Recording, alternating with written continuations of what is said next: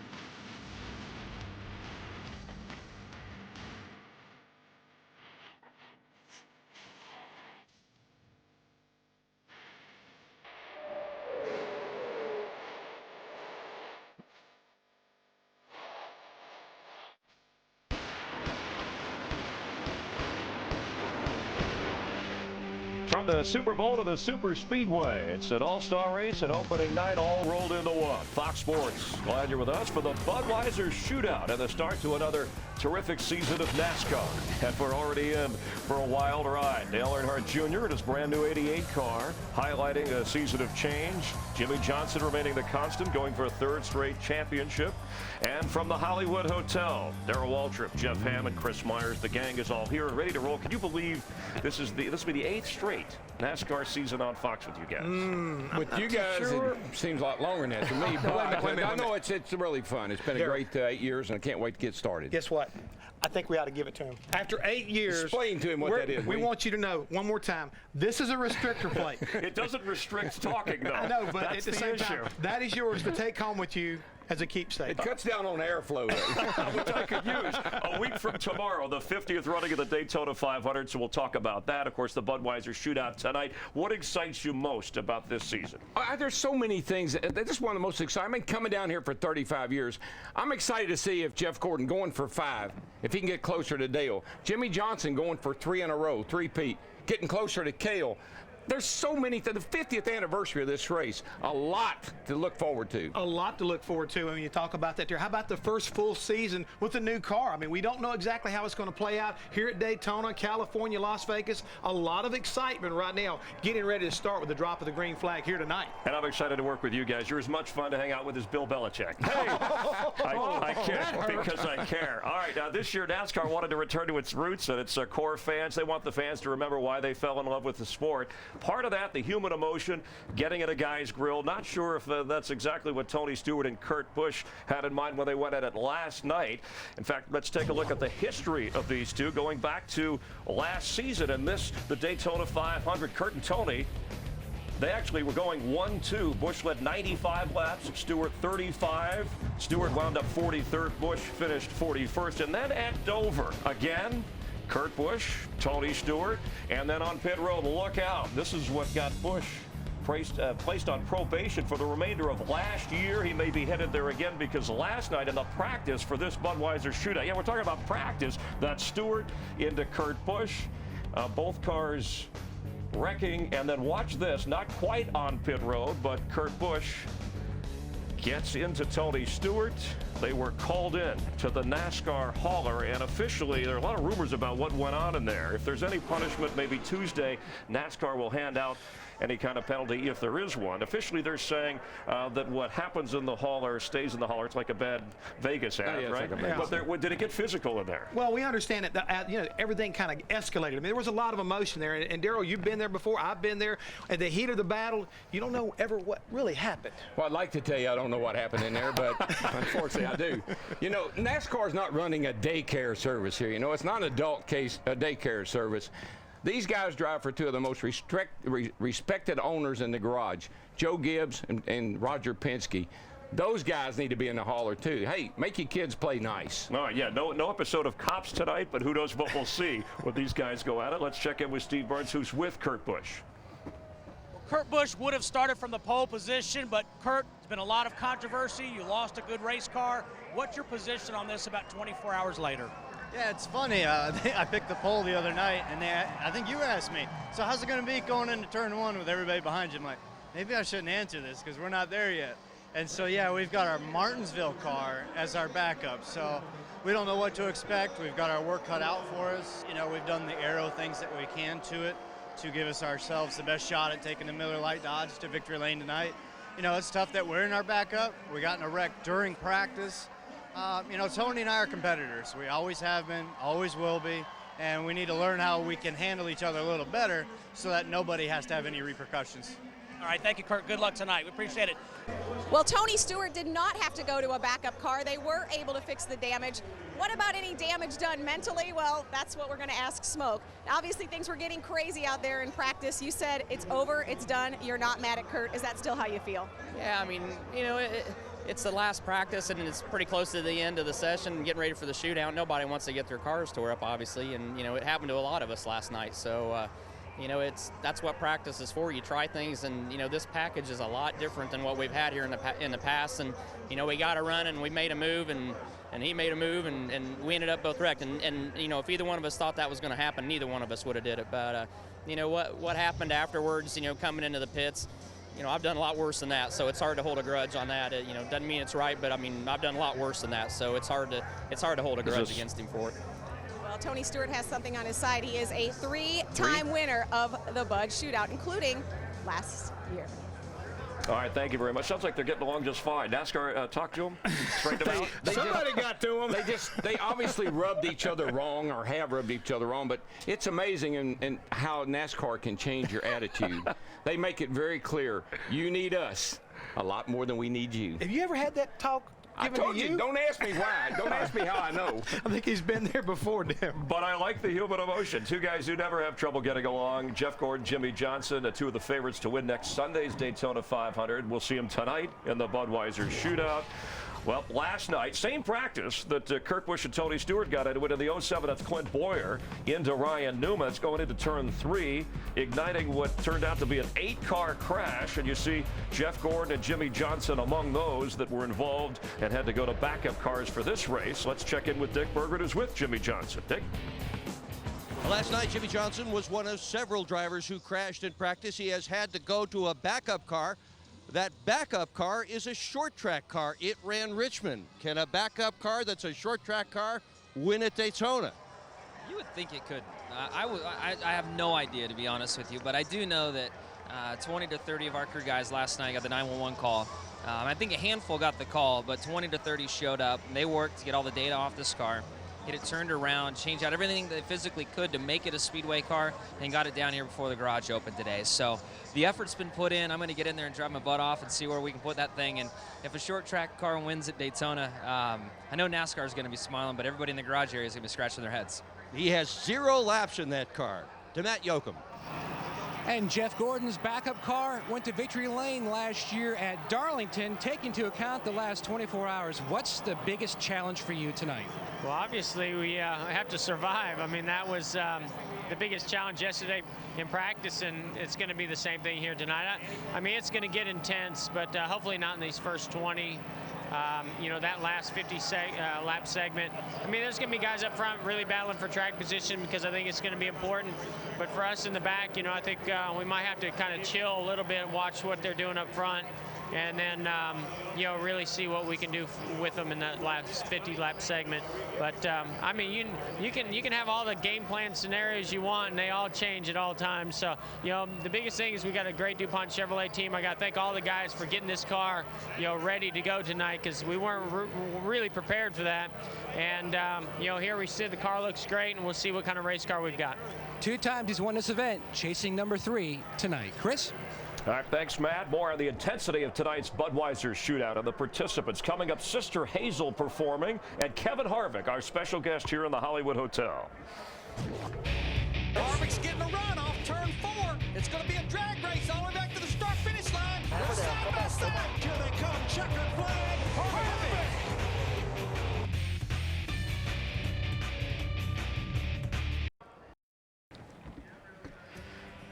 We have 6 former Daytona 500 winners in tonight's Budweiser Shootout. NASCAR on Fox. We're glad you're with us. A week from tomorrow, of course, the 50th running of the Daytona 500. Tonight, let's talk about who's in the race and the rules, how they apply. Of course, if you won a pole in the last year or you're a former Budweiser Shootout winner, we have 4 drivers that are in their first shootout, and it's the largest field ever. 2 segments, first 20 laps. 10-minute pit stop break, and then the second segment 50 laps, and the race cannot end under caution, so we'll look for a fantastic finish as they wave the checkered flag. And Kevin Harvick knows something about capturing the checkered flag. He did that last year, one of the most dramatic finishes ever at the Daytona 500, and he is joining us in the Hollywood Hotel.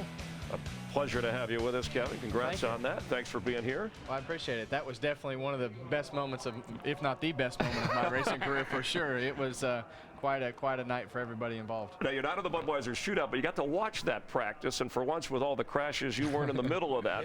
Why do you think that we saw that kind of activity? Well, I think as we don't really know what to expect with these cars, but the cars and the racetrack did not cause those wrecks. It was just people in the wrong places at the wrong time, and I think a lot of that is just the timing of the draft, and the runs are quite a bit different speed. There is no side draft anymore. There's just a lot of things that are different that these cars aren't like our old cars. Well, let's get right straight to it. I want to know what he thinks about what might happen.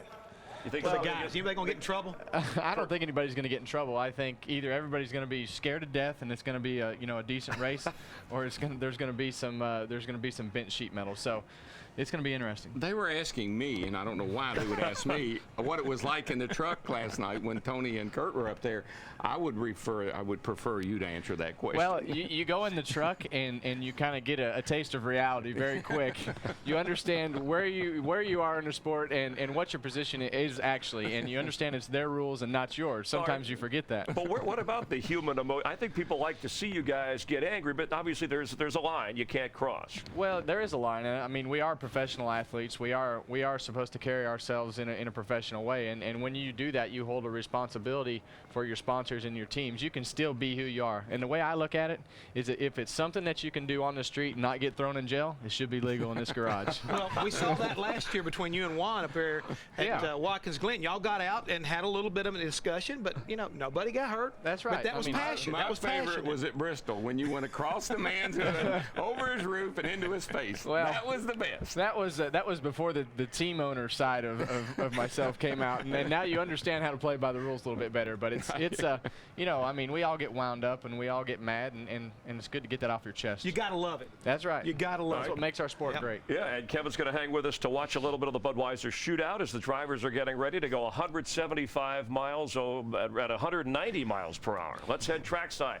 for opening ceremonies. Ladies and gentlemen, please rise and remove your hats as the Daytona Beach Police Department Honor Guard present our nation's colors. Please remain standing as Bishop Derek Triplett of Hope Fellowship Church offers our invocation. Now, God, we thank you for this night. Thank you for all of your blessings this day. We pray your safety upon all of the drivers, all of the pit crew, all of the spectators. We thank you for it now. Please bless our troops all over this world. Amen. And now, from the band Sister Hazel, Ken Block and Drew Copeland perform our national anthem. Oh, say, can you see by the dawn's early light what so proudly we hailed at the twilight's last gleaming, whose broad stripes and bright stars through the perilous fight o'er the ramparts we watch were so gallantly streaming, and the rocket's red glare, the bombs bursting in air, gave proof through the night that our flag was still there. Oh, say does that star-spangled banner yet wave?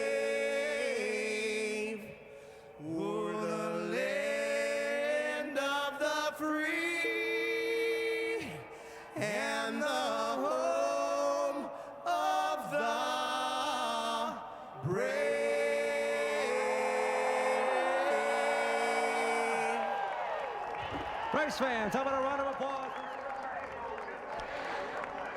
Getting ready for the 30th running of the Budweiser Shootout. It's NASCAR on Fox. Let's head up to the broadcast booth. The best of the business. The guys will take you through our NASCAR on Fox racing season. Larry McReynolds, Mike Joy, you have a chance to talk before Darrell gets up there. But only for a minute, I'm told, Chris, and that's okay. You know, I've been to all 30 Budweiser Shootouts, or Busch Clash as it began. Never have I had this knot in the middle of my stomach that I think 23 drivers and their car owners, their spotters, their crew chiefs, everybody has. Larry, it's the biggest field we've ever had for a Budweiser Shootout. Are we going to see a group of fast cars, or are we going to see a bunch of smashed cars? Well, we may see a little bit of both. And the thing about it, Mike, you mentioned 23 cars. That's over half the size of the field of the Daytona 500 next week. And I think even with some of these guys going to backup cars, the real horsepower will start at the rear of this field. And they're going to be coming up through there. They're going to be coming fast because this is a short race. It's only 70 laps. But the good news is if your car's not right, we're going to get to breathe a little bit at the end of 20 laps. We're going to get a little break. We'll get our car right, and then we'll go at it for 50 laps. That's probably going to include at least one pit stop. This is going to be fun. Let's get a late word from the Dean of Television Pit Road Reporters, Dick Berggren. And I'm with Dale Earnhardt Jr. He's getting ready to climb into his race car right now. Absolutely the biggest story of the offseason was Junior's move from Dale Earnhardt Incorporated, the company his father started, to Hendrick Motorsports. He is delighted that all of that is done and it is all behind him now. He is ready to start the very first race ever for Hendrick Motorsports. Helmet get ready to go on. He's been very relaxed, hanging around here. There you go. He is as good as anybody who has ever raced at Daytona, one of the best. To Steve Burns.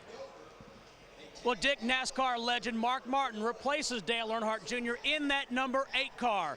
Now, Mark Martin has said he came here as a fan in the early 70s. He got Buddy Baker's autograph and still has it to this day. In a career full of milestones, he'll have another one tonight as he starts his 20th consecutive Budweiser Shootout. He won this event in 1999. Darrell Waltrip on his way up to the broadcast booth. Jeff Hammond outside the Hollywood Hotel, excited once again to be cutting up at the Ford Cutaway car with Kevin Harvick. Jeff?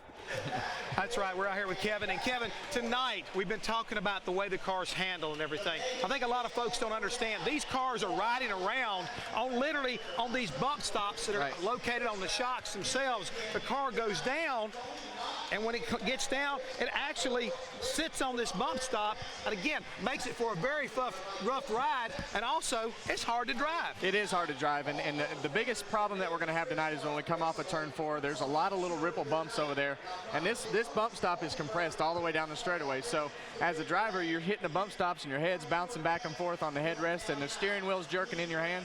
So it just makes the car hard to drive. Not that it makes the cars run into each other, but we don't really know what direction they're actually going yet. So what's actually happening here is all of a sudden we're taking the spring out of play, we're taking the shock out of play. This race car is riding around basically on 4 tires. And again, when the front end starts bouncing like that, you never have any idea exactly where it's going to wind up. Handling will be the key to winning this race and the Daytona 500 next week. You've just heard it right now, Chris, from the guy who won here a year ago. I guarantee you right now, handling will be the key tonight as well as all week long here at Daytona.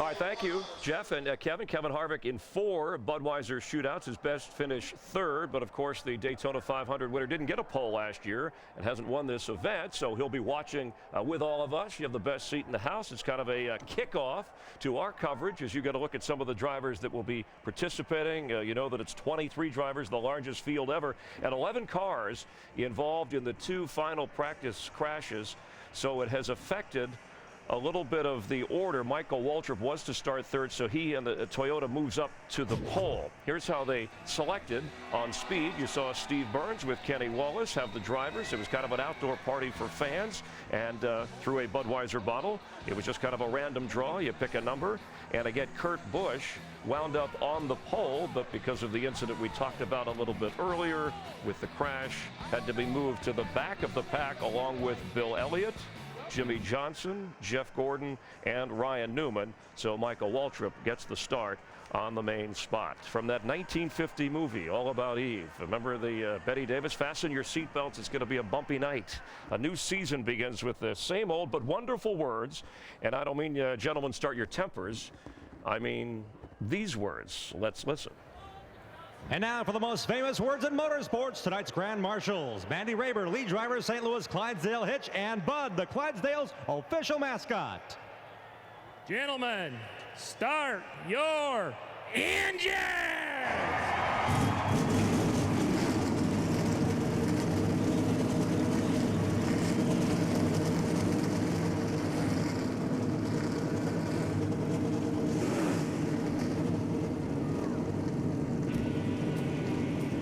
And we're anxious to see how Dale Earnhardt Jr. will do, whether Tony Stewart and Kurt Busch might fix it up. But who gets the biggest jump on the road to the Daytona 500? This is NASCAR on Fox. The Budweiser Shootout on Fox is sponsored by Chevy, the most wins in NASCAR history, an American revolution.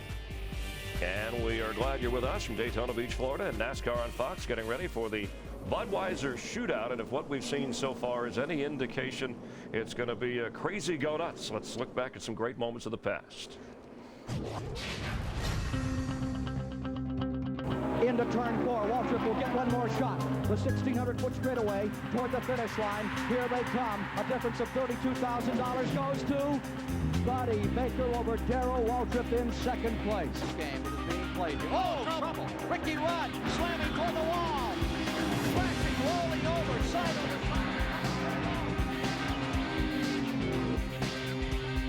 For the win, the Budweiser Shootout for the first time in history, Denny Hamlin gets the victory today. Back at the Hollywood Hotel, up from the cutaway car. Short race, but strategy. What do you think we'll see early, Kevin? Well, I think early the tires are going to be good. The first segment should be, a lot of side-by-side pushing and shoving. And I think in the second segment is when the handling is really going to come into effect and what you take for tires and what you don't. And the other thing is, too, we've already heard there's a lot of short track cars that are backup cars in this race. So it'll be real interesting to kind of see how these cars perform. It may give you some insight on what to expect. And I think leading up to this race, there's just been a lot of work for the teams coming into this race to get the cars prepared. And those teams that wrecked, it's kind of put you one step behind before we even get into the Daytona 500. It's the car of now. Let's go upstairs. Darrell has joined Mike and Larry, guys. Thanks, Chris. In the first 3 years of what was then the Busch Clash, Darrell finished second, fifth, and first. And the strategy was simple. There wasn't any. Drop the rag and let's go. What, if anything, has changed? Well, in 500 miles, you have to be a thinking man. You have to be patient. In these races tonight, you apologize after the race.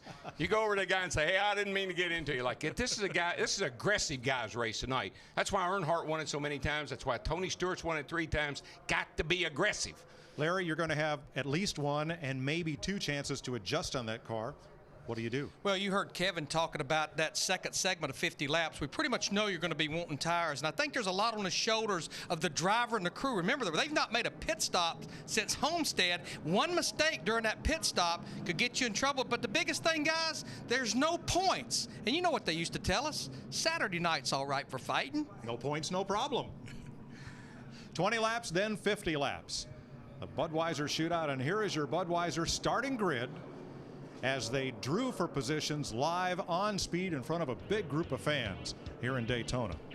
Kurt Busch, Mark Martin drew the front row, Michael Waltrip, Jamie McMurray, David Gilliland, who finished second last year, Reed Sorensen, Dale Earnhardt Jr., Casey Kane, Martin Truex, Tony Stewart, who won it, J.J. Yaley with Denny Hamlin, who won it 2 years ago, Kenny Schrader, a 2-time winner, Bill Elliott and Dale Jarrett, previous winners, Casey Mears, Greg Biffle, Jimmy Johnson, then Dave Blaney, Carl Edwards, Clint Boyer, Jeff Gordon, and Ryan Newman was one of the first to draw, and he drew the last spot.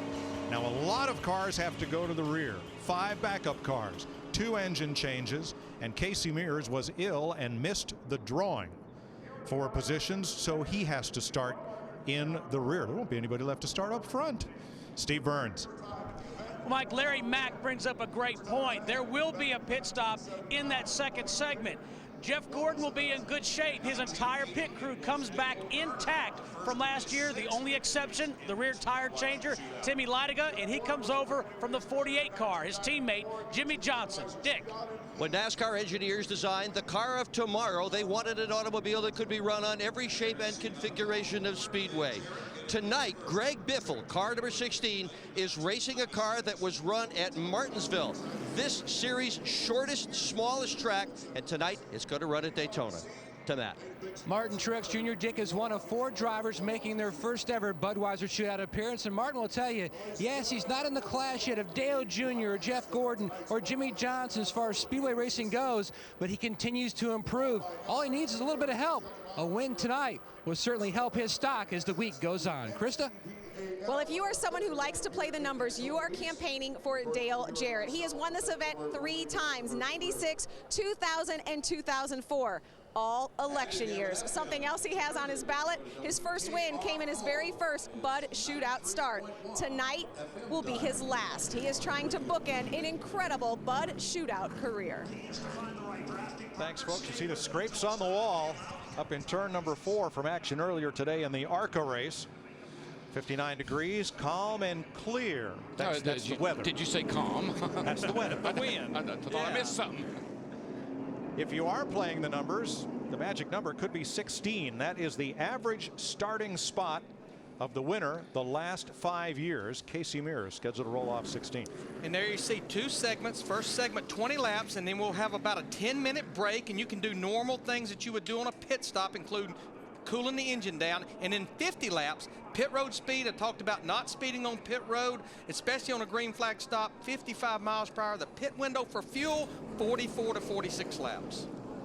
18 pole winners from 2007, plus 5 past shootout winners who are still active and run the full season. One of those things about getting on pit road is if you decided you wanted to take two tires, don't slide the tires when you come to pit road. Got to be real cautious with that. Mark Martin making his 20th consecutive start. He won this race in 1999. He's in car number 8 tonight. Bill Elliott making his 23rd start in the Budweiser Shootout, the most of all drivers. And the rookies, Martin Truex, J.J. Yaley, Reed Sorensen, and Clint Boyer are all in their first shootout. Now, we have a couple of rules that are different for this special event. You can work on your car if we indeed have a red flag, where under normal points races, if the red flag's out, you cannot touch your race car, and all restarts will be double file with all the lead lap cars at the front. That's my favorite rule. That makes it just like short track Saturday night. And that's the way it should be all the time. Get those lap cars back there behind these leaders, let them race. The guy beside you's got as much to lose as you do. And Darrell, I can't help but think to see your brother in that Toyota up on the pole now. And you go back a year ago as an owner, Dale Jarrett, his car was sitting on the pole and went straight to the back when he dropped the green flag. I don't think that'll happen with this 55 car tonight. Mikey's pretty excited. I mean, he went through a tough year last year, but I think it's all going to turn around starting now. Now, this is not a point race, but there are several Toyotas in this field. And the last time a foreign nameplate went to victory lane in NASCAR's top series, 1954. And they have been strong during winter testing. DirecTV Speed Week set to begin with the first green and checkered flag for NASCAR's newly named Sprint Cup Series of 2008. We're ready to go. DW, I've been waiting 8.5 months for it, buddy. Reach up there and pull those belts tight one more time Saturday night. Boogity, boogity, boogity! Let's go racing, boys!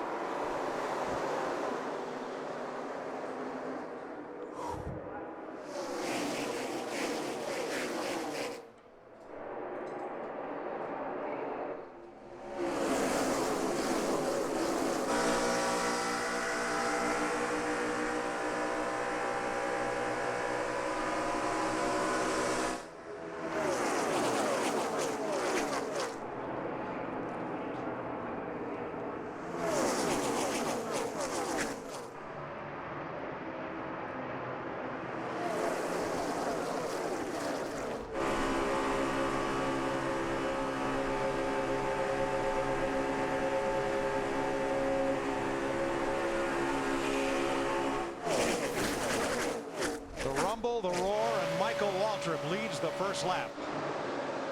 And the guy that ran second in the race last year, right on his tail, David Gilliland.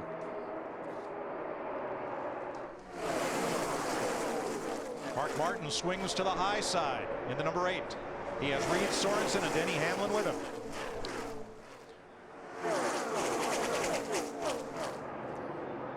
See Jeff Gordon back there in that 24 car right now, just kind of filling that car out. We talked to him in the pre-race. Remember, this is the first laps that 24 car has made. Boy, Jamie McMurray carried Mark Martin way up high, but you can run here 3 wide. You can, and the closing rate on this car is so much faster than what these guys are used to. When they see a little opening, they shoot the gap, and the guy tries to block, but it's too late. That's what happened to Kurt and Tony yesterday. New leader David Gilliland from California. That Robert Yates horsepower propelling him to the front. And the man that ran second in the Daytona 500, Mark Martin, in that 8 car, he's been strong the last 2 days here for DEI. Well, as we watched practice for qualifying tomorrow, Michael's car was really fast, so was Mark Martin's, and those Yates cars were right at the top of the board all afternoon. So they got the steam on the hood. We know that.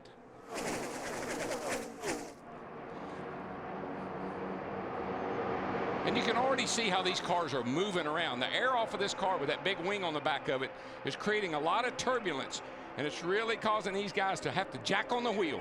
Mark Martin had the lead for a moment. Gilliland comes back on the outside. But look at this field. They look just like they did when they started the race, 2 by 2 by 2. I think you'll see this in the 20 laps. The tires are going to hold up really well. The car will handle it good for 20 laps. 3 cars have lost the lead draft, and they are all backup cars. Jimmy Johnson, Bill Elliott, Jeff Gordon. But remember, Talladega, those guys rode at the back all day long. But when it come time for the money lap, Jeff Gordon drove up there and got it. In about 17 laps that they're basically going to have a chance to make their cars better. They'll be caught back up at that break. Carl Edwards and Tony Stewart take the high road. See, they're jumping. That's what Kurt and Tony did yesterday. They jumped to that outside going into 3, and you don't have time to block. And if you try, you force the guy into the wall, which gets him into you. Mark Martin deleted. Waltrip second with a push from McMurray. And that's Gilliland on the outside with the 41. Now, you heard Kevin Harvick and Jeff Hammond talking about how these cars ride on the bump stop. Look how much these cars are bouncing around. Remember, this is at almost 190 miles per hour. Well, I think the biggest thing, Larry, is just that, the back is moving around in the bumps. It seems like the back moves more than the front because the front, is limited on the travel. So the things, they look a lot worse than they actually drive.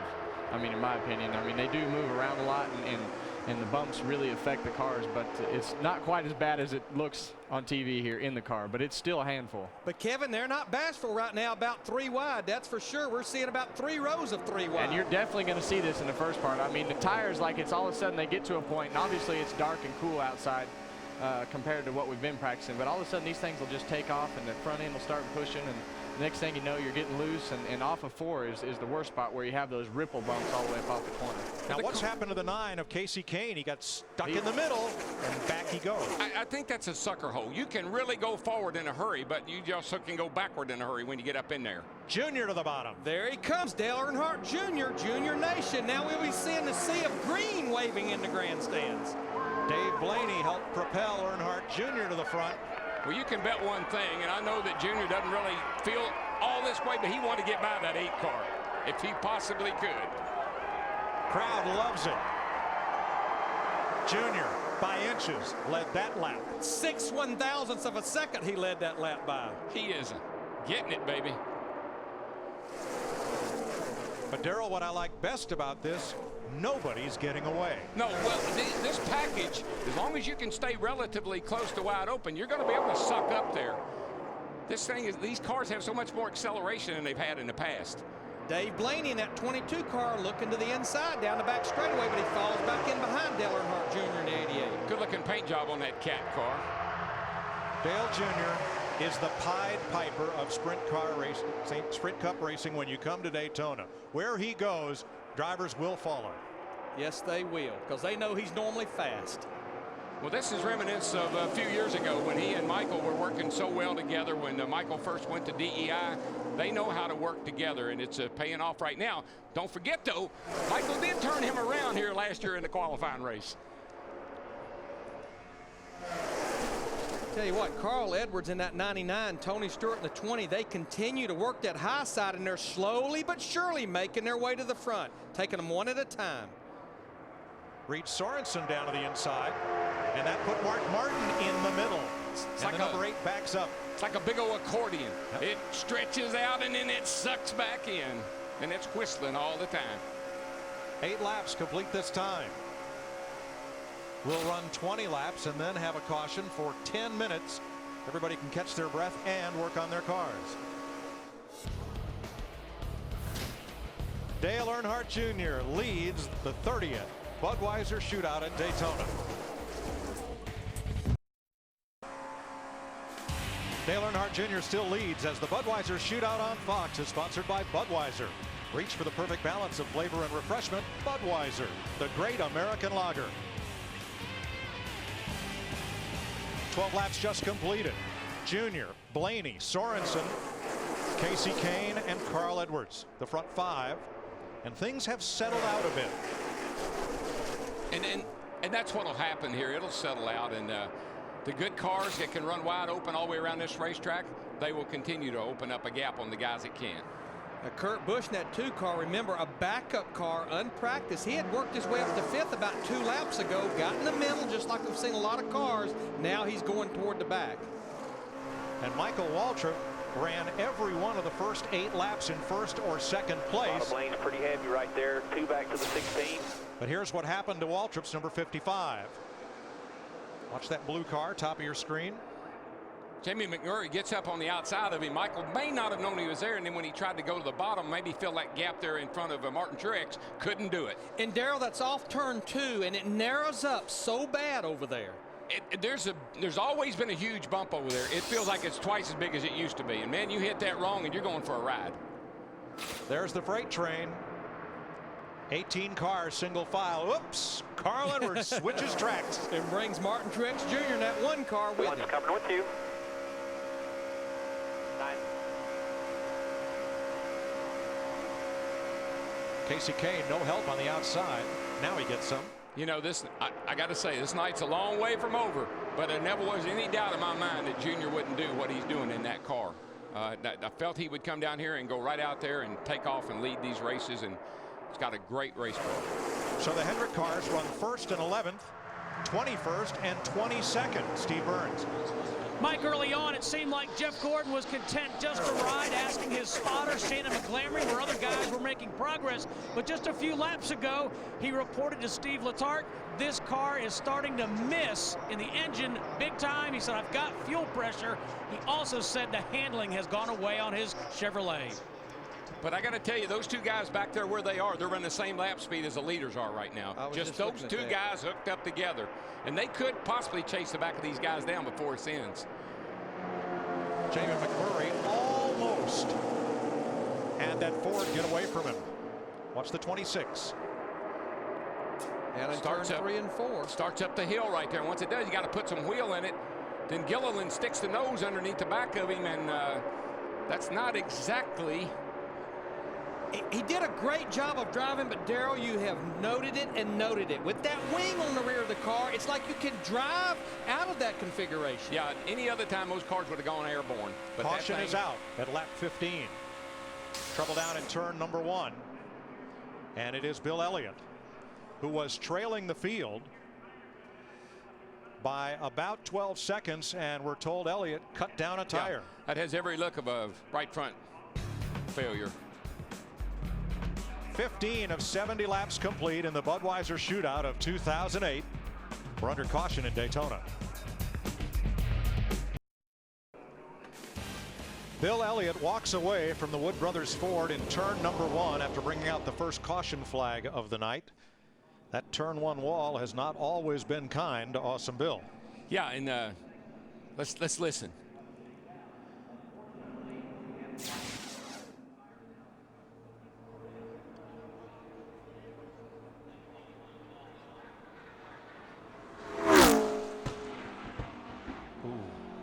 And that was so reminiscent of 1989 down here. Bill cut a tire down going in the corner and hit the wall so hard he broke his wrist. And I just think the cars are so much safer in the wall with the safer barriers. You saw Bill walk away. Now here we have a problem. You have to be running 65 miles an hour just to stay up on the banking. So when a car stops up on the banking, that's a 31-degree banking. That's as steep as the roof on your house. So recovering that car is going to be a little tricky. I'm just not sure how they're going to go about that. And just to expand on this safer barrier, you see it right there. That wall that the car's against, it's still a solid wall. But if you see the pieces between that wall and the outer wall, these right here, what that is, that's foam. It's about 30 inches wide. And what happens when the car hits that wall, it gives a little bit. And that dissipates energy that just otherwise, if you just hit that wall solid, would transfer back to the driver. So we're under caution at lap 18. These caution laps do count. And we'll have the pit stops at 20. Before we do, let's check with Chris, Jeff, and Kevin Harvick. Thanks, Mike. 4 leaders, 5 different lead changes, and of course Dale Earnhardt Jr. out in front. Some thoughts so far, Kevin? Well, I think that's great that Dale Jr. is out front just for the fact of making a big change and how much pressure's on. But I still think the big story is just what a bind it puts you in going to these backup cars and wrecking in practice, and that right there is a good reason that they didn't get any practice, and they had to go to that backup car, and then they wound up blowing a right front tire. So that's never where you want to be, and they've gone through 2 cars before we've even got to the race. Yeah, that's really going to put the Wood Brothers team in a big hole right now. But a guy that is definitely digging himself out of a hole has to be Dale Earnhardt Jr. He's looking like days of old when it comes to racing down here at Daytona, getting out front, kind of flexing his muscle. But you and I were kind of talking about the guys behind him right now. Dave Blaney could be a sleeper in this field because he's got a pretty fast race car himself. Well, I was telling you guys, I think he might be the sleeper for tomorrow's pole, just for the fact that in the second practice, that car didn't practice, and in the first practice, he made 1 mediocre lap, not even on the bottom. So that car right there is fast. Dale Jr.'s car is fast, and the 41 car, I know Clint talked a lot about how fast his car was in practice yesterday. So those 3 cars lined up. It'll be tough to beat them, but when they get side by side here again, anything can happen. Dale Earnhardt Jr. amped up, no doubt, and tomorrow, 1 o'clock Eastern time, that front row qualifying, you could see it on Fox. All right? Well, you never cease to amaze me. You never cease to amaze me. Let's go back upstairs, guys. The other thing I think you ought to point out is look at the parity. I mean, we talk about who's got the advantage in the Toyotas or the Chevrolets or whomever. We got a Chevrolet leading, we got a Toyota and a Dodge and a Ford in the first 4 spots. So they always seem to be able to figure it out.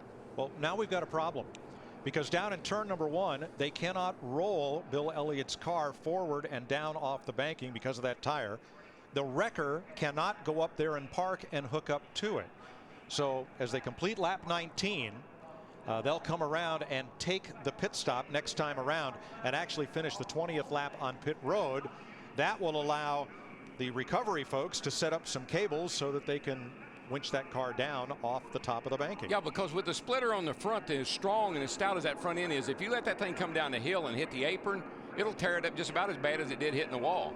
And Darrell, I remember on another network years ago at Talladega, which is banked 2 degrees steeper than this, they parked a little Volkswagen Bug up at the top of the banking, and somebody just leaned on it, and it tumbled down the banking. So you don't want that to happen either. And I think I remember that there were a lot of guys in the back of it too, wasn't there? And that's a safety truck at the time or something. Fox's coverage of Daytona Speed Weeks continues tomorrow. We'll bring you Daytona 500 pole qualifying presented by DirecTV and find out who will start on the front row for the 50th running of the Great American Race. Coverage begins tomorrow at 1 p.m. Eastern, 10 a.m. Pacific in high definition, only on Fox. You know, Darrell, you talk about the parity. Mike mentioned it up there, and one thing that I do catches my eye there is looking at that 4th and 5th place car, Carl Edwards and Jamie McMurray driving for Roush Fenway. Those cars during all of testing absolutely did not have very much speed out there by themselves, but the draft in the pack, they've got those cars driving good, and there they are up there in the top 5. I don't care how much they say these cars are all alike. You can run a Bristol car, you can do whatever you want to. You build a car for Daytona. You can build it 2 ways. You can come down here and build it to go fast for 1 or 2 laps with no drag, at least amount of drag you can put in it. The other way to build it is where it's going to race good. If I'm locked in the top 35, I want to race good, and I think that's what Carl Edwards and some of these Roush cars, and maybe a lot of guys in the field have done. They built cars that will race good. This time. Carl Edwards being told they will pit this time. That gives the recovery folks in turn 1 plenty of time and space to work without these cars circulating under caution. And we'll see what happens in this 10-minute break and what changes can be made. Michael Waltrip led most of the first 8 laps, and Dale Earnhardt Jr. took over and has led the rest. Dick Berggren. But Michael Waltrip is really unhappy with his race car, Mike. He has drifted all the way back to the 17th position. He said the car is pushing, it is bouncing. He has called for multiple changes on this automobile. Krista. Tony Stewart said what he really needs to be able to do is to turn the wheel a little bit more. They talked about making a track bar adjustment. They're making the 4-tire change right now. Matt. Dale Earnhardt Jr. said his 88 car was good out front. He was a little concerned, though, because a couple times it did jump out from underneath him a little loose. He said if he got back in traffic, maybe in a second line, he may have some issues. Steve?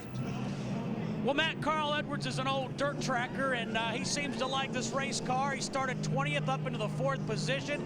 His comment just prior to the stop was it felt like the right front tire was going away a little bit, so they dropped the track bar. They also made a wedge adjustment. Dale Earnhardt Jr. has led 15 of these 20 laps. David Gilliland 2, Michael Waltrip 2, and Mark Martin has led 1. We're under caution.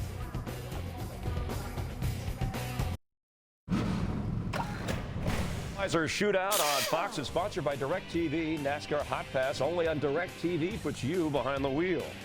By the Ford F-150, built Ford tough.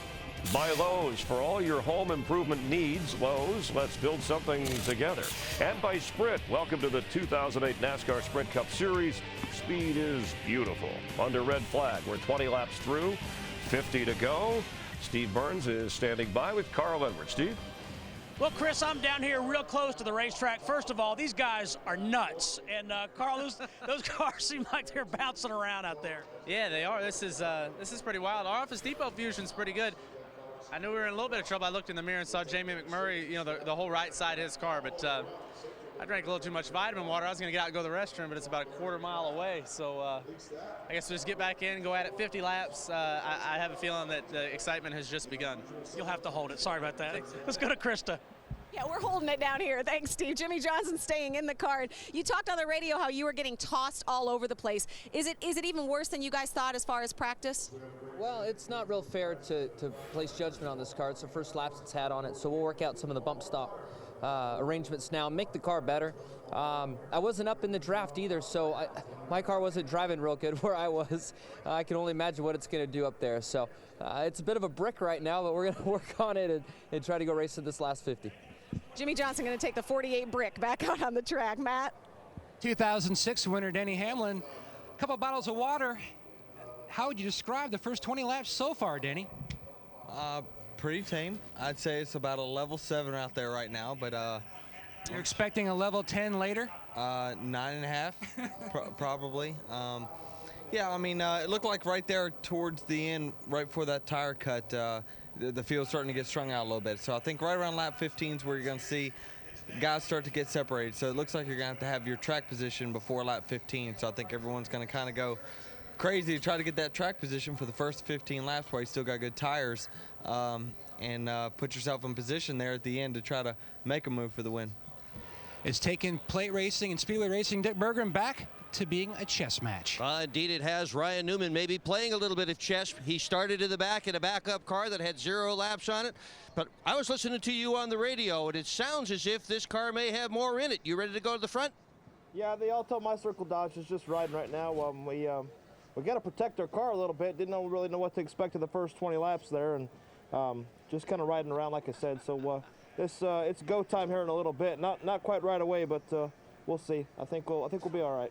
And the truth of that whole story is they have made virtually no adjustments to this car on the pit stop. Thanks, Dick. 50 laps to go in the Budweiser Shootout. Our mandatory 10-minute break. A little help with the flat tire from Bill Elliott and the wrecker having to haul him off the track. The Budweiser Shootout on Fox continues in a moment.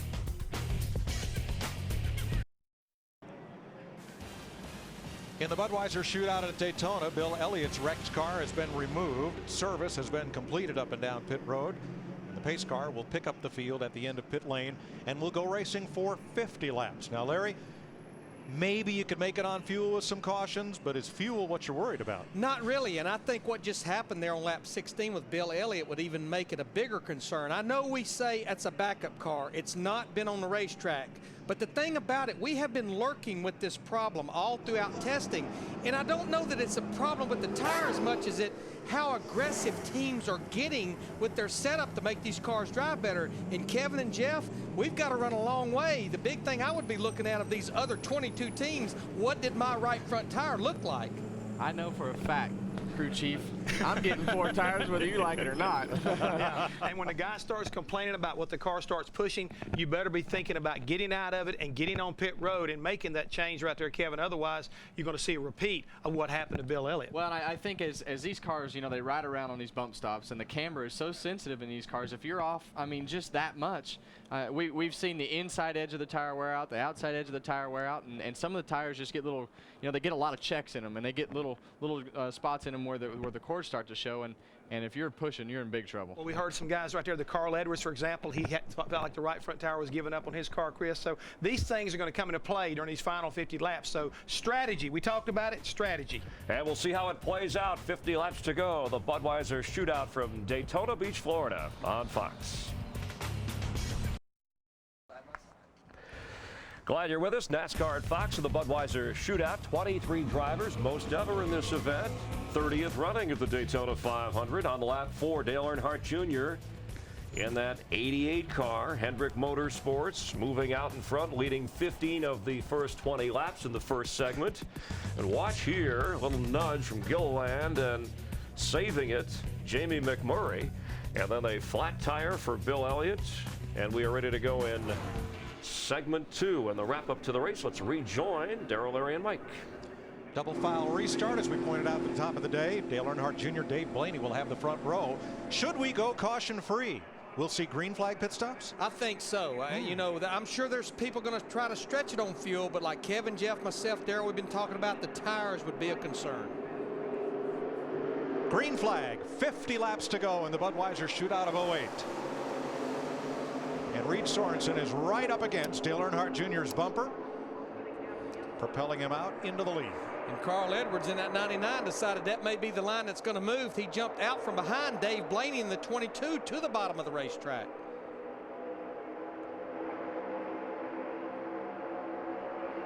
These cars restart pretty well because they got so much more acceleration than they had last year. They come right up to speed. It's not like it was last year where you had to get them wound up. Last year you'd be in 3rd gear all the way off of turn 2. Now you're in high gear coming off of turn 2. Definitely the most impressive backup car with no practice laps. Kurt Busch in that 2 car, who was going to start on the pole, had to go to the back without any practice, and here he's going to come around in 5th place here to complete the first lap after the break. Well, he's had a good car here, you know. In the 500 last year, he and Tony had a problem, and down here he's at 3rd. I think he finished in the 400. So they've got a good Daytona package. David Gilliland having a tough time and drifting to the back of the field as you ride with Clint Boyer. 55 inside. Casey Mears just ahead. Mears switching from the number 25 to the 5 this year. Matt? Mike, Dale Jr., knowing he was going to make the move for 2008, had TJ Majors, his spotter, started working with about the last 10 races last year. The only thing he said during this race, just be very descriptive. Not only tell me who's behind me and then after them, but tell me if someone jumps out and makes it too wide so I get an idea of where I need to move myself, Steve. Matt, just before the restart, Carl Edwards said, here we go, boys, 50-lap shootout on Saturday night. You got to love it. I asked his crew chief, Bob Osborne, how the tires look. He said they look surprisingly well, and I said, are you concerned given the fact that Bill Elliott had a blowout? Saw lead change. Bob Osborne, said if we run 40 laps, we'll all be in trouble with tires. Carl Edwards in the 99 on the inside with help from his Roush Fenway teammate, Jamie McMurray, getting underneath Earnhardt and Edwards into the lead. Yeah, well, Carl put a couple of really big moves on Dale Jr. going down into turn 1 to get the lead away from him. Junior's going to fight back here on the outside with Blaney, and they seem to work well together, Blaney and Junior. And watch Big Orange outside row, 3rd car back, Tony Stewart. Gibbs Racing has won 4 of the last 7 shootouts, and right there is the first time that Tony has crossed the line tonight, higher than 7th. And that's the same race car that was involved in that accident last night. They repaired the car, but they had to change the engine, so they had to go to the rear of the field. Blocking doesn't really seem to pay off. Every time somebody tries to block somebody, they actually lose a lot of spots. It's almost like you're better off to let the guy go and then try to get back in behind him. 2 Fords, a Chevrolet, and 2 Toyotas at the front of the pack. Junior back to the front. That 22 car of Blaney's and the 88 of Junior's, they work really well together. Clear by 2. Side by side, your mirror there. 22's probably going to clear him there. Somebody's up against the wall. One car hard against the wall, and sparks fly. It's from Jamie McMurray. 26 car. Caution will be out. And in front of the rear, 11 got in the side. There's a back there. 10-4. Take it to the garage. Sounds like he may have got a little push. Second caution of the night. Let's see what happened. Watch the 26 McMurray coming on the top of your screen. Here comes Hamlin at a pretty high rate of speed. Closing. I'm out here. Boy, and 11 got in the wall just a little bit too. And for the second night, including practice last night, Denny Hamlin was in it and lucky not to get crashed hard. Yeah, he was actually involved in both of those accidents last night, just with minor damage. This car is pretty daggone tough on the right side. It needs to be. Yeah. This is from Denny Hamlin. That's exactly what happened with Tony and Kurt last night. Caution's You know, Caution's out. Get that nose up along there beside that right rear. And let's ride with Clint Boyer. Still lined up inside. Caution's out. Roll off the throttle. Roll off.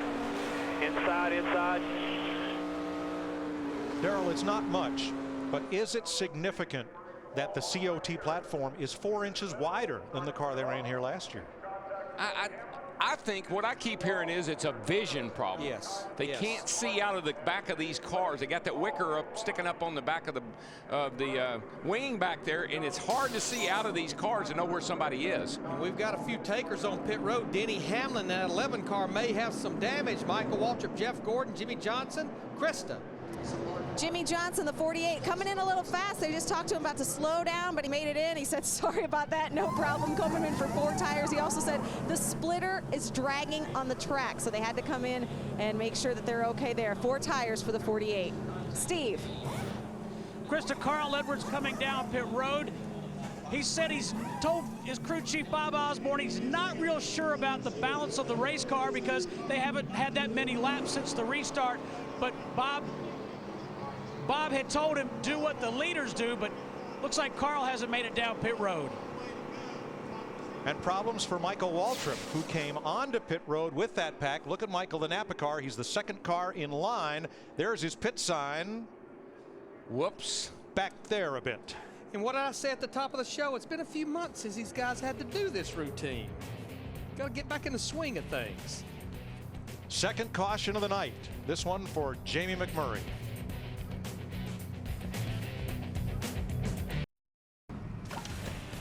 The Budweiser Shootout on Fox is sponsored by non-drowsy Claritin allergy products. Getting set for the restart, double file. Dale Earnhardt Jr., Dave Blaney, Chevy and Toyota on the front row. Tony Stewart up to third, the highest he's been all night with Carl Edwards. Reed Sorensen with Kurt Busch in Dodges. Casey Mears, Casey Kane, Mark Martin, and Clint Boyer, the top 10 as we go back to green. You know, going back to that crash a while ago with Jamie McMurray, that's also a terrible spot for the spotters because the spotters are right here at the start-finish line and they're looking dead at the cars there as they come off turn 4. Well, I think a lot of the time what happens is we put a spotter in turn 4 because from the top of the spotter stand you can't see coming off of turn 4, and I think it looked like somebody just said Jamie was clear and he just came up because it wasn't like he just jerked up there. I mean, he eased up there and then they wrecked. So, and defending Michael here a little bit, Darrell, on pit road, you know this place is slick, so you can't just turn it left and stomp on the brakes. You'll slide the front tires a long ways. That is, there's no way a spotter can make that call right here in this area right here. Michael Waltrip missed his pit and restarts 20th. Krista? Well, guys, this may actually work out okay for Michael. He and his crew chief, Paul Andrews, just talking, and Michael said, I'm just going to kind of hang out a little bit, try to save some gas, and Paul said, hey, you know, if this thing stays green, we're good to the end on Sunoco power, so just don't lose the draft. But, hey, by the way, if we have any extra laps, we're not okay.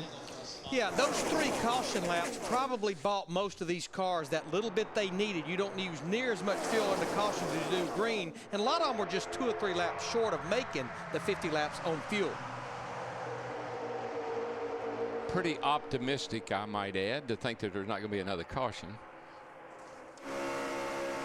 Dave Blaney, former champion of the World of Outlaws, who won a pole in New Hampshire last July in a Toyota. First pole by a foreign nameplate in NASCAR since Lloyd Shaw at Langhorne, Pennsylvania in 1953. 4-car breakaway on the bottom.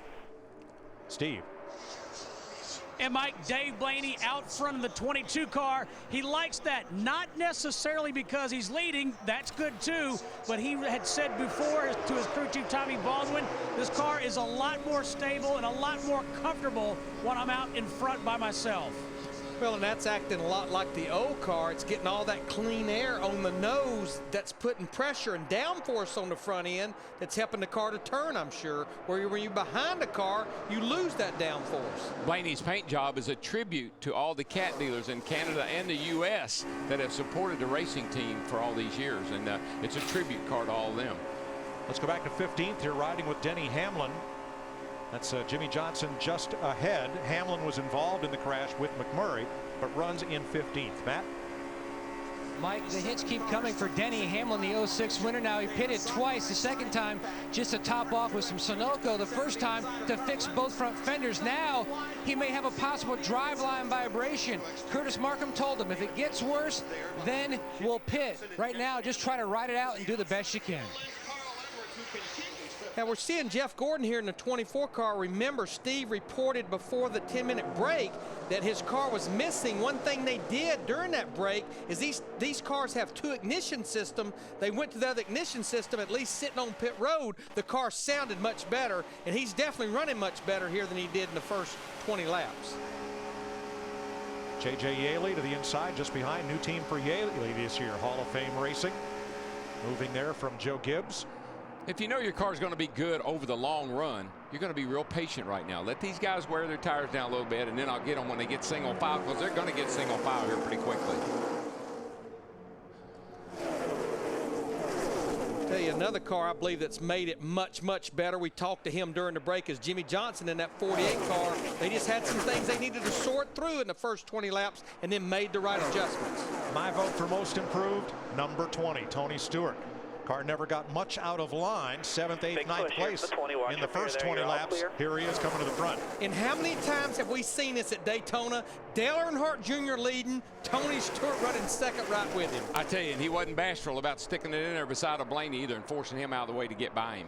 Yeah, but those two get together, it's like Dean Martin, Jerry Lewis, or any other pair that you can name. They are tough to top when they're together. Here is how Dale Jr. got the lead from Dave Blaney. Look at him fighting the wheel. Dale Jr. fighting that wheel, trying to get that side draft so he can pull right on past. And look he at the definitely car. did it Look with at that. side draft. I mean, Tony's right on his back bumper, and that's really making him dart around, but he's hanging on to it. Darrell, what happens to the car when you come up alongside the right rear quarter panel of another car, get close, and then break away? What happens? Well, when you get to that right rear quarter panel, when you pull right up next to that door, there's a void right there. And when you go there, there's a void, then you swing out and you get the draft effect off of the side of the car. So you're coming inside the wake and then back out of the wake. It slows the other guy down and speeds you up, and you go right by him. Wonder where he learned that move. I don't know, but I think the one thing I think he learned was he can see that air. I can tell you that. I think we've used this comment before. The apple didn't roll too far from the tree. Not at all.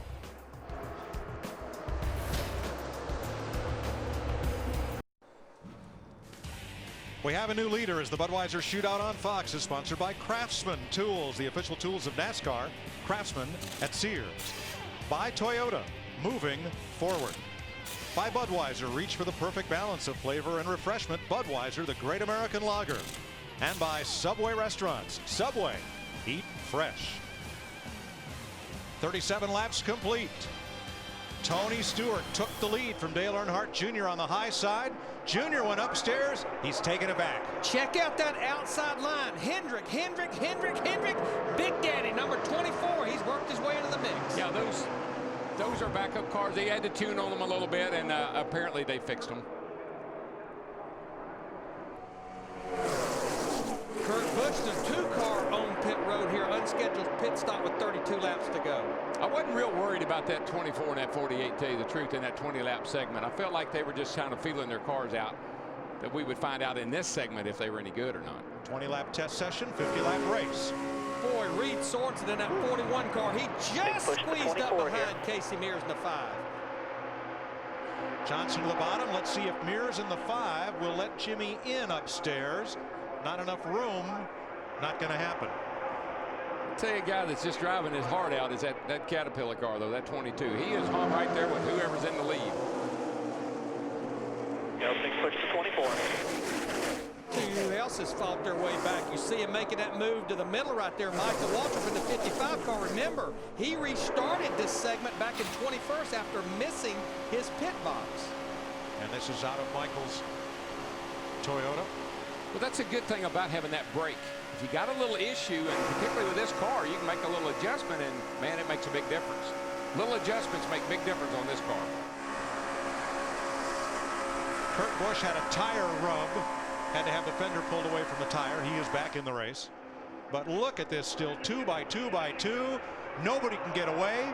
Very little changes except right in the middle of the mix. Yeah, and I'm surprised. I thought we'd see these guys get single file kind of spread out a little bit, but so far these cars are sticking together better, almost like Talladega, or well, exactly like Talladega. Can they do this for 200 laps next Sunday? I don't know if they can or not. I don't know if I can or not. We have got 17 cars in less than a second. You know what I can't wait for? How about the dual 150s on speed on Thursday when you're going to have the field split up trying to make the Daytona 500? But just think about next Sunday. I mean, this is just half the field. We're going to have this many more cars out there. And that's going to be even that much more exciting. And boy, here's Jeff Gordon looking to the outside here. Junior coming off turn 4. 3 of the 4 horsemen of Hendrick. Side by side in your mirror now. 20 got back inside the 24. Lined up on the outside, Tony Stewart pounding the pavement on the inside in the number 20. And right now, run here. Watch your mirror.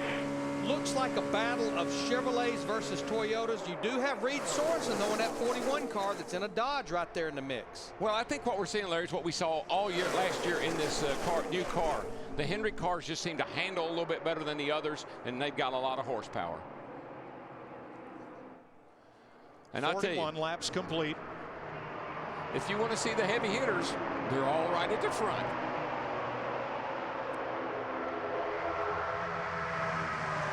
There you see Jeff Gordon in that 24 car, a backup car, had some ignition problems. They fixed it. And remember, this is a car that was basically a third backup car that's almost a short track car. He won Darlington with it last year. I don't think that hurts you a bit in the race. Absolutely not. I think it's a good car to have for racing. Now let's see if Stewart on the inside can get some help from Blaney as those 2 Camrys battle the 3 Impalas in the outside lane. Well, this is a test of teammates here, because you look at Dale Jr. running behind his teammate Jeff Gordon, got another teammate right on his back bumper, and they are working very well together, and Jr. wants to lead back now. And he found a hole at the bottom, and he jumped down to it. Man, I tell you what, though, that thing took off up the hill when he did. He carried her down into 3, and he never burped her.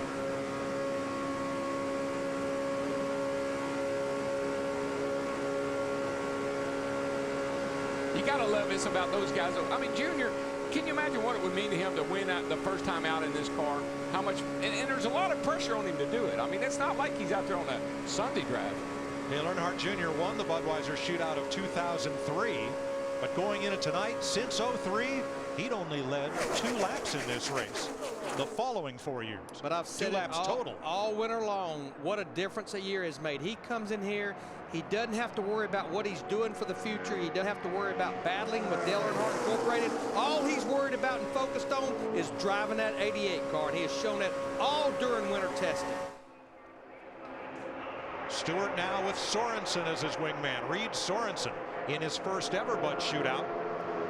One thing I'm starting to see, though, these things are starting to slide just a little bit more every time they exit one of these off of turn 2 and off of turn 4. They're getting a little bit more slide in them. Well, we're almost 25 laps into this second segment now. Next time by, will be 25 laps to go. And Junior is taking that thing right up to the top because he can't come off on the bottom, I don't think, with the car sliding the way it is. No, Darrell, he's up there in the old Richard Petty groove. Richard would run this track just about a foot off the wall all the way around, and I once asked him, why do you do that? He says, well, if something goes wrong, it doesn't hurt so bad when you get to that outside wall if you keep it real close to you. Don't have very far to go. Right. Well, the King won this race 7 times, so I tell you, taking advice from him wouldn't be too bad. And you know, we're talking about these cars sliding around. Remember, Jeff Gordon elected to make a pit stop when the caution came out on lap 24, went back racing on lap 27. So he definitely has a little fresher tires than a lot of these guys he's racing with.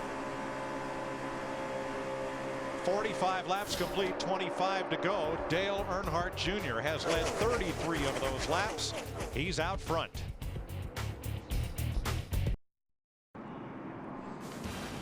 Last year's runner-up in the Budweiser Shootout, David Gilliland, becomes the second Ford driver to pop a right front tire and hit the wall. This time it happened in turn 4. Watch for Greg Biffle, Martin Truex, and Casey Kane to be involved. Inside's covered. Right in the middle of turn 4, car just goes straight. Just nowhere for Martin Truex Jr. in the 1 or Greg Biffle in the 16 to go. Bud car gets a little damage too as it was going by. You're riding with Casey Kane. Bam. Yep. Good job of saving it on Casey's Keep part. coming. You got it. Good save. Good save. Caution's going to be out. Caution's out. And you better believe with about 20 laps to go, pit road's going to be very, very busy, Dick Berggren. Indeed, Mark Martin has the first pit on pit road. He is coming in now. His crew chief, Tony Gibson, has told him he's doing a great job. Indeed, he is. He pits out of the 6th position. Matt. Dale Jr. said his car handling very well, and he told his cousin Tony Eury Jr., you can go for 2 tires if you want. He says, nope, we're going for 4. Krista? Greg Zipadelli guiding Tony Stewart into pit road. The car is very loose, real loose here, Bud. It was exactly what Tony Stewart said, 4 tires and a chassis adjustment. Well, Krista, Casey Mears says he's feeling pretty racy in that 5 car. His car is just a little bit tight. They've made an air pressure adjustment to the left rear tire. And he gets out 3rd, Steve. I tell you what, though, that 88 crew was on it, buddy. They were definitely on it. I think everyone, for the most part, other than maybe Kenny Schrader in the 49 car, went for 4 tires. 3rd caution flag of the night. This one for David Gilliland.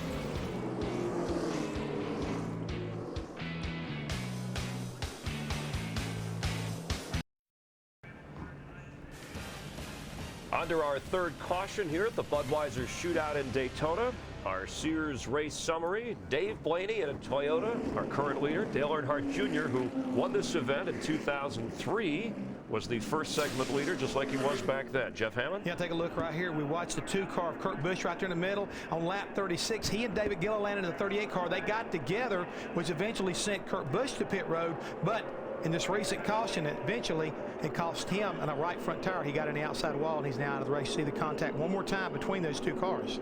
It was about an 8 to 10 minute gap there, and Kevin Harvick observing with us, learning some things along the way. What's catching your eye at this point? Well, I think the biggest thing that's catching my eye is you don't obviously want to be in the middle. It seems like you go straight back, but the fact that these guys are backing up, obviously getting a run, is a lot more effective than it was with the old car. Obviously, we used to do that, but the way that the 88 got by earlier, got by Blaney, was he backed up going about a quarter of the way through the corner, and then he just drove around him on the outside. You could see him set it up the lap before. All right, let's rejoin Darrell, Larry, and Mike. Inside of 20 laps to go, Chris. We're getting set for the restart. All restarts double file. The Bill Davis Toyota for Dave Blaney, and then 3 Hendrick cars. Dale Jr., Casey Mears, Jimmy Johnson, Reed Sorensen, Jeff Gordon, Kenny Schrader, Tony Stewart, Carl Edwards, and Mark Martin are the top 10. Let's make note, Tommy Bowen Jr., the crew chief for Dave Blaney, like Kenny Schrader, elected to go with just 2 right side tires on that 22 car. That's how they won the battle off pit road, DW. Yeah, that's a gamble, but that's a fast race car too, so it's not going to hurt him for a few laps. David Gilliland has gone to the garage, joining Martin Truex, Jamie McMurray, Bill Elliott. I just don't know that. I think I'd want my best hand right now, because you're going up against the Hendrick cars that are mighty, mighty strong. Don't handicap yourself with those 2 tires. I know one thing. I normally do it at the beginning of the races, but you better reach up there and pull those belts tight, really tight now. 19 to go. Business is getting ready to pick up. 18 to go as they cross the line. Blaney trying to establish a little distance out here. Usually that's a bad thing if you get a gap on the field, because they'll run you down in a hurry. Especially up on that outside, the 88 and the 24 and the 48, they're working good high. Got good momentum off of 2, and here they come. You got those 3 Hendrick cars on the outside, and then you got the other Hendrick car, Casey Mears, in the 5 car, who's been right there for a number of laps. I think this will be a breakout year for Casey Mears in that 5. Right now, old Junebug's hitting their hands singing, "Follow me, I'm the Pied Piper." And they will for a little bit. Come on, boys. Matt? Mike Dale Jr. told Tony Jr. the preferred lane near the end is going to be up high just because of the tire wear. He also said, count me down, 15 laps, 10 laps, so that way I can start to make my moves, plan out my run to the finish.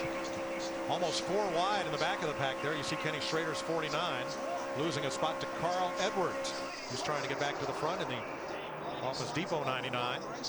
Oh, trouble. Clint Boyer got a nudge and hung on toward the back of the field. Let me tell you, that big old wing, you got to be pretty sideways to lose one of these things. He drove right out of it. Now the 07 almost went around. I'm not sure when they put that on there they knew what it was going to do ultimately, but that thing was gone. You see it right here. Denny Hamlin in the 11 got such a run off turn 2, and it's almost like Clint had to roll out of the throttle just a little bit. What a run he got on him. Boy, and they were 4 wide for an instant right there. But I tell you, we just heard Kevin Harvick talk about it, how much these cars will just get a suck behind that other car and just lunge toward it. Well, they've got so much more horsepower now, and this is what the drivers have been asking for. Give us some acceleration. Don't make me run over that guy in front of me. Give me something I can work with. Well, these new cars, this car of today, pokes a bigger hole in the wind. It's 4 inches wider, 2.5 inches taller, so it's going to create a bigger draft behind it. And that's why they have a little more power. NASCAR gave them a little bigger restrictor plate under the carburetor. But like the old car, you had to hold it wide open. If you ever lifted it, it took too long to get going again. This car, you can play with the throttle and maintain your speed. Mark Martin in car number 8. The Army car has joined the Hendrick trio of Earnhardt Jr., Johnson, and Gordon on the outside. Downstairs, it's Tony Stewart and Dave Blaney. And we see a few cars that look like when they're on fresh tires, they're able to hang with the front guys. But as it goes along, some of those guys fall back.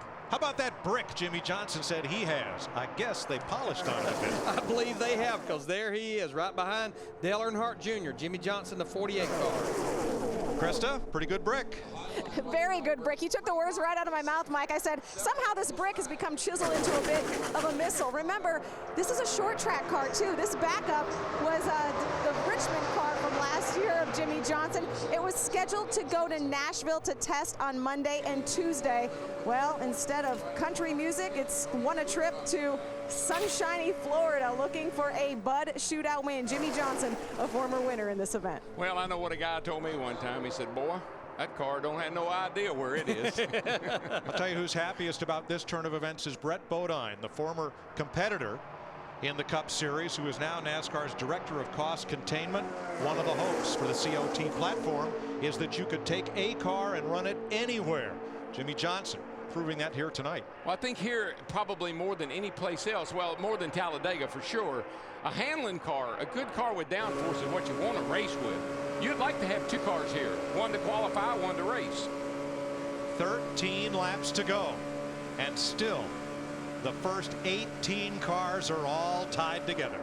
And we saw Jimmy Johnson in that 48 car giving his teammate Dale Earnhardt Jr. a little bump draft, front bumper to rear bumper, then he backed off when they got to the corner. But you saw them exit 2, and nobody is running as high on the track as Junior is. And we saw that at Talladega. When he gets that thing working and he gets it right up next to the wall, he can make time around a racetrack. And I believe Stewart has a strong race car. He just can't get a line behind him like he needs to work that bottom. Let me know when Jeff gets clear if we can get to the bottom, but we might not want to. 10-4, he's still side by side with the 20th. Teamwork, man. He's talking about, that's Dale Jr. talking about Jeff Gordon.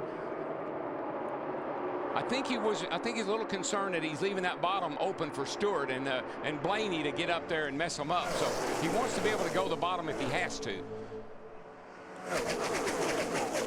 There's Matt on the leader. DW, that's exactly what Dale Earnhardt Jr. just said on the radio. He said, let me know when Jeff Gordon is clear of Stewart. So in case we want to go to the bottom, we might not want to do it, but in case we want to, we can.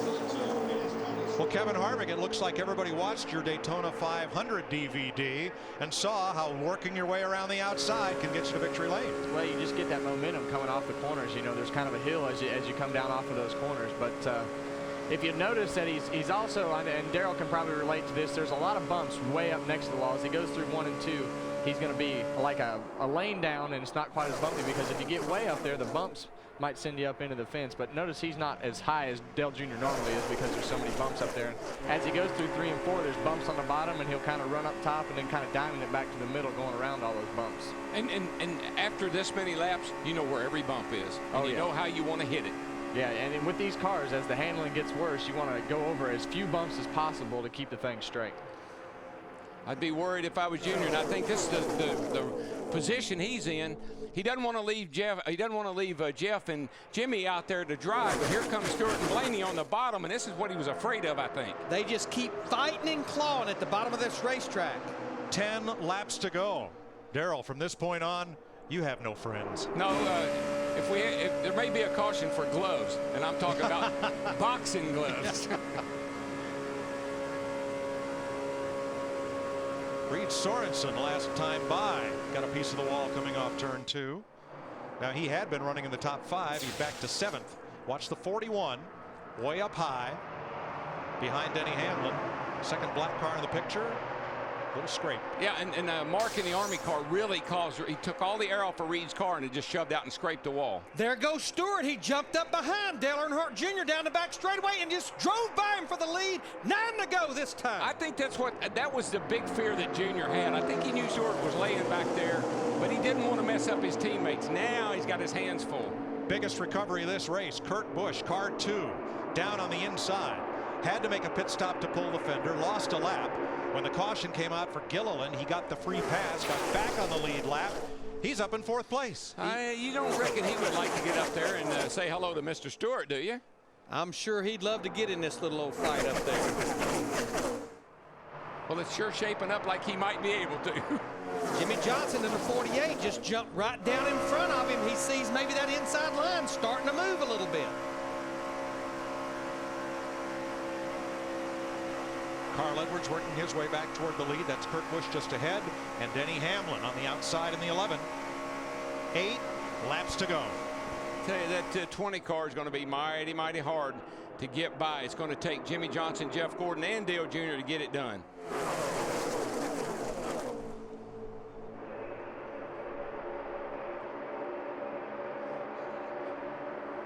Junior's trying to get outside there to get a little momentum coming off of 2. He's got Jeff with him now and Jimmy right behind him. It's going to take all those guys to get around him, I guarantee you.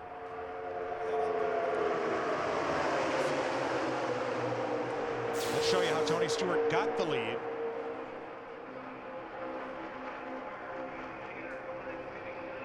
Just got that run down the back straightaway going off into turn 3 and just turned it right to the bottom. That was almost too easy.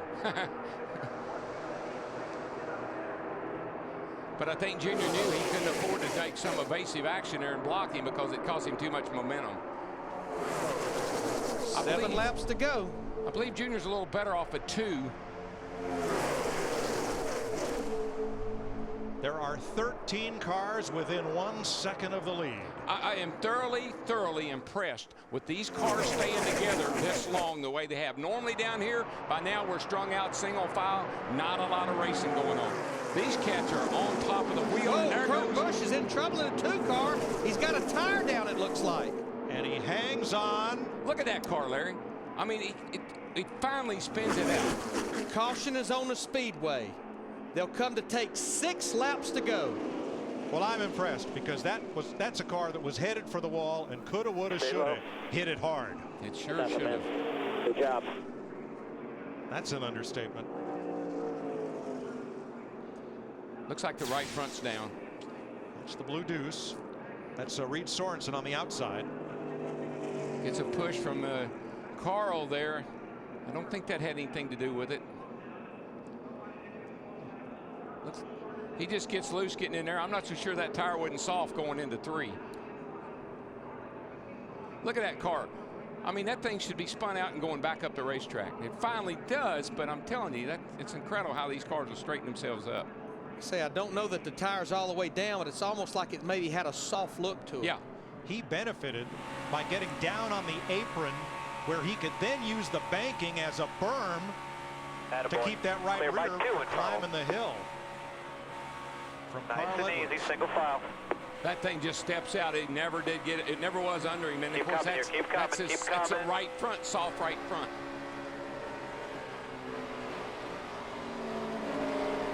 And watch in front of you. Collision with J.J. Yaley. Keep coming, keep coming, keep coming. Next to Hamlin. Was that Hamlin that got hit again? Hasn't missed a caution yet tonight, has he? And 2 nights. I think he ended up okay, but J.J. Yaley got together with somebody on the inside going into turn 3. It may have been Mark. Well, I think we're going to see about the top 5 or 6, maybe 7 or 8 stay out, but pretty much the back part of the field comes in. Nothing to lose. Give me 4 fresh tires. Let's make that last adjustment. Boy, I tell you, this is a good move right here. Dick Berggren.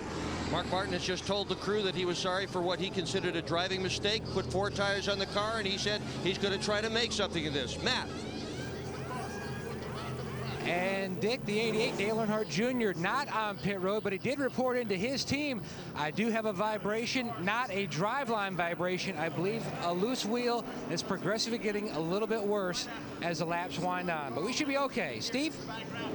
Matt, Carl Edwards just came down pit road and literally put his hand out the window with 4 fingers saying, give me 4 tires. That's what he got. By the way, Kurt Busch said, loose entry, man. That was our problem. Thanks, Steve. We mentioned a problem for J.J. Yaley, who was kind of trailing the play, if you will.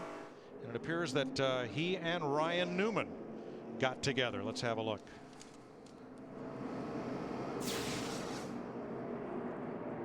On the right of your screen. Yeah, he sees the trouble up ahead, and he starts checking up big time. J.J. in the 96 car, Yaley, he just comes flying in there and gets into Ryan. Dick? Well, it's going to be a long pit stop for Ryan Newman for sure, and he was really hoping to win the race tonight, Mike. His father, Greg, tonight is his birthday, and the birthday present was planned to be a trophy out of this event. Not to be. Ryan's birthday was 2 months ago, and Chrissy gave him something he'd always wanted, a brand new, restored to brand new, 49 Buick convertible. Wow. Kind of like the one in Rain Man. Oh, yeah. Well, no, it's not kind of like. It was one of the cars used in Rain Man. Wow. And that's the new pride of his collection. Cool. But he had definitely started working his way up through there with that backup car. You know, we talked to him during the break, and he said, you know, it's not quite time to go, but it will be. And he had started making a move. Well, Chris, Jeff, this is still an anybody can win it kind of race, even with just a few laps ago. Yeah, and Mike, we can't end under caution. So, Kevin, you throw caution to the wind. Who's your choice here? Is Tony the guy? Well, I think with as few laps left, I think it's, you know, I don't think the tires are going to mean a huge difference, but I think those 3 Hendrick cars up there are going to play a factor, and it's hard to see how it's going to shake out, but the 20's been stout down there by himself. But at the same time, though, Kevin, with these guys coming in, including your teammate Clint Boyer, getting 4 tires, it could make some special noise because he's going to be able to have a lot of grip right now. A lot of these teams don't have, and it could be really interesting to see if he make a run through the middle. We hadn't been through too many cycles on the tires and not pitted either, so it'll be interesting to see. But you think we could see another little mix-up, possibly? It'll be aggressive. Let's go back to Mike, Darrell, and Larry. Well, if this was a traditional Sprint Cup race, you'd see a single file restart, and the 4 Hendrick drivers running 2nd through 5th could all gang up and draft past Tony Stewart. But as you see, the rules for the Budweiser Shootout, double file restarts. So pick your partner, let's dance. Yeah, here's one rule that never changes, though. Don't spin the tires and don't miss a shift. That's the big thing right now if you're up there in the front. I've seen it happen time and time again here on restarts. Somebody misses a gear, somebody messes up, and away we go. Pole qualifying tomorrow on Fox, then the Gatorade Duel at Daytona. On Speed Thursday, 2 p.m. Eastern. part of over 100 hours of Speed Week coverage on Speed. 54 cars here trying to qualify for the 50th annual Daytona 500. There's only room for 43. I don't know that you can win this race from back there with the 4 tires, but I guarantee you one thing, you can pass a lot of cars in a hurry. That's going to make a big difference in those guys that got tires. 3 laps to go when they come back.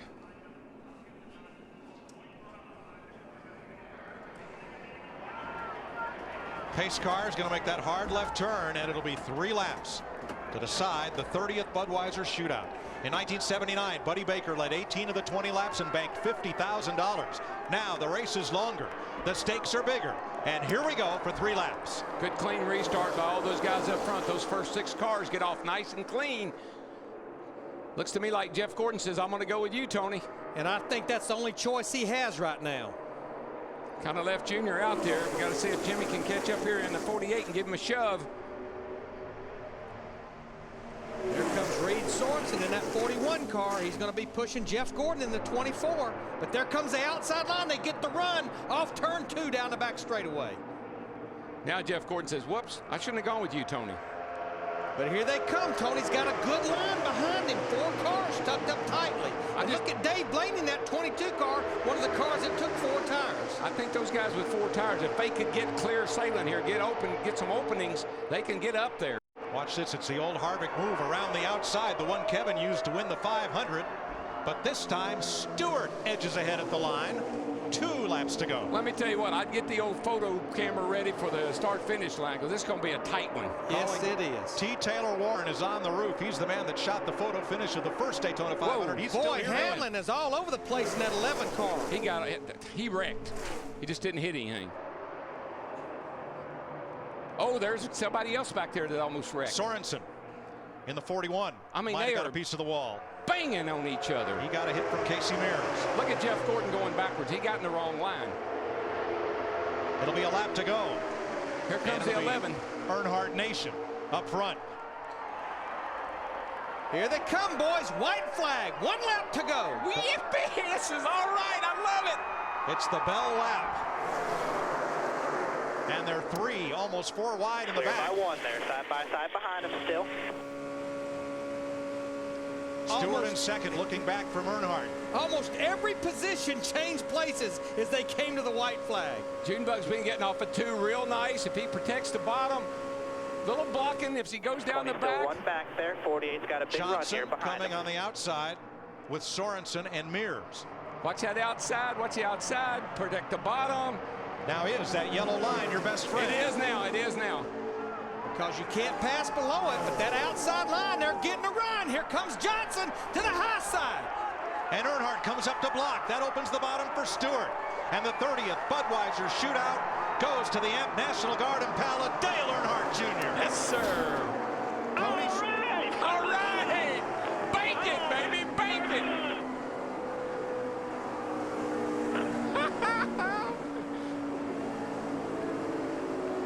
That was a great finish. That was a great race. Yes, it was. Yes, it was. Folks, badmouth this car all you want to, but we got ourselves a race car. Yes, sir. And that's race car spelled forward or backwards. Hey, good job, boys. What a race car. This might be a 500 winner y'all got here. You just don't know it. Look at Tony Jr. Is he not going to be just beside himself? He came over to Hendrick with his cousin, driver Dale Earnhardt Jr. And his team will go to victory lane. Stewart is second. Hamlin came up for third. Where did he come from? Jimmy Johnson and Casey Kane, the top 5. I know this is not a points event, but it's been almost 2 years since Dale Earnhardt Jr. Chance, buddy. Congratulations. That's Rick Hendrick. That's the boss. That was blast. That's the boss. Mr. H. What a way to start our deal, baby. Yes, sir. Yes, sir. But they have not been to victory lane of any kind since May of 2006 at Richmond. Do something amazing, man. I think he just did, Rick. He ran 70 laps. Pretty amazing, didn't he?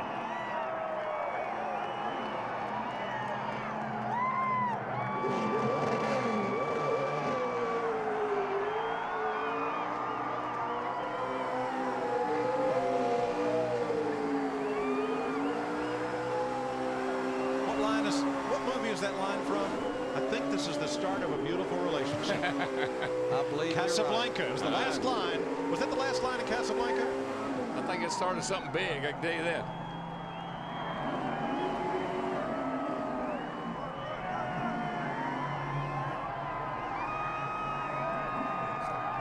Look at this crowd. Whoever said he was going to lose fans? I think he gained some more.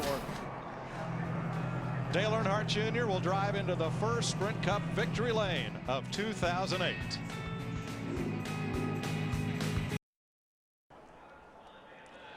There is Rick Hendrick coming over to offer congratulations to his newest driver and newest winner. From Hendrick Motorsports, Steve Letarte, the crew chief of what became the 4th place car for Jeff Gordon. And Chad Knaus, whose Jimmy Johnson finished 3rd. Dale Jr. has led 47 laps of this race, the most laps anybody's ever led in the Budweiser Shootout. Car owner Rick Hendrick notches his 5th win as Jr. goes to victory lane in the shootout for the 2nd time. Matt Yoakum. Congratulations by the boss. Junior, welcome home. What's it mean to win not only Daytona again, but for owner Rick Hendrick after all you guys have gone through the past 6 months? That was fun. I mean, the shootout is a neat race, and I had a blast those last few laps. I got some great help from my teammates. I didn't win the race without Jimmy pushing me. Just didn't win it. So thanks to him and Chad and those guys for working real hard to get that car ready. As a backup. Thanks to my team. They had a great pit stop, got us out 2nd. Thanks to everybody at Hendrick Motorsports. The National Guard, huh? That's awesome. AMP, everybody that's helping us, Sony, Adidas. I hope the fans enjoyed that. Wow, man, it was fun. I'm so happy. My new team, Victory Lane, man, it don't get no better. I think you can see there, driver 88, all jacked up. Race 1, win number 1 for owner Rick Hendrick and Jr. here at Daytona. Krista? Matt, we can certainly hear it in his voice. You know, we've seen Dale Jr. and Tony Stewart work together here at Daytona quite a bit, but you were on the wrong side of that coin tonight. Talk about your event tonight. No, I'm pretty happy. I mean, it's hard to beat Dale Jr. I mean, he's one of the best restrictor plate drivers there's ever been. So, you know, he learned a lot from his dad, and I'm not sure he's not better than his dad in all honesty now. But can't be disappointed. I mean, we were climbing an uphill battle there on the bottom, but it was fun. I mean, it's fun when you get around guys you trust like that, and you know, it made it a lot of fun tonight.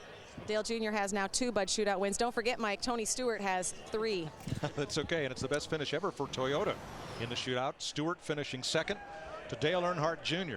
Got one word for this race. This was fun. You know, I thought I was over optimistic coming down here. I thought maybe I was fooling myself that we were going to have great races, but maybe, you know, I was apprehensive. I'm not anymore. This is a race car, and we're going to have us a race. You know, I want to tip my hat to some people. You know, the 20 crew, they had to repair that race car. They had to change the engine, go to the rear of the field. Tip of the hat to Reed Sorensen, Casey Mears, Dave Blaney finished 5th, 6th, and 7th. And this is the race I think we've been anticipating. I want to tip my hat to NASCAR. They never gave up on this car, and what a race tonight. I can't wait for the rest of the week. Dale Earnhardt Jr. wins the Budweiser Shootout, his 2nd victory in this all-star tilt. Tony Stewart, Jimmy Johnson, Jeff Gordon, Reed Sorensen, Mears, Blaney, Martin, Hamlin, and Kane, the first 10 of 23 drivers in this event. 5 times the winner of the shootout has gone on to win the Daytona 500 1 week later. Bobby Allison, Bill Elliott, Dale Jarrett twice, and Jeff Gordon. We've got a lot of racing yet to go. Can't wait for Thursday, Chris. All right, thanks, Mike. Kevin Harvick, it's what they expected, right, when Junior teamed up with Hendrick Motorsports? Well, I think so. And what a great night for our sport. I mean, Dale Jr.'s got a settled home. The car of tomorrow is the car of today, and, you know, everything has gone great. And just a lot of things settled in our sport last year, and it's really come to a head tonight. Well, the thing I'm seeing right now, my palms are sweating, my heart's beating because, hey, we're back racing here at Daytona. It was an exciting night. We had something happen that we've been praying for. Dale Jr. going back to victory lane. It was good to see him be able to do that in such great fashion. But as Darrell, Larry, Mike, and everybody, including Kevin, thank you a lot for coming down here. You talk about exciting racing. We saw some good side-by-side racing here tonight. And back in 2004, the Daytona 500, Dale Earnhardt Jr. first, Tony Stewart second. That's how it was tonight in the Budweiser Shootout, the 11th Daytona win for Dale Earnhardt Jr. Tony mentioned his father, of course, who won 34 times at Daytona. Fox's coverage of Speed Week's continuing as we bring you Daytona 500 pole qualifying presented by DirecTV to find out who will take the pole position for the 50th running of the Great American Race.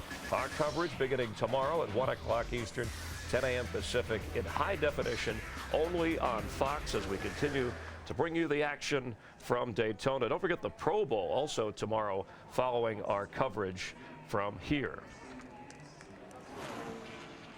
Promotional considerations provided by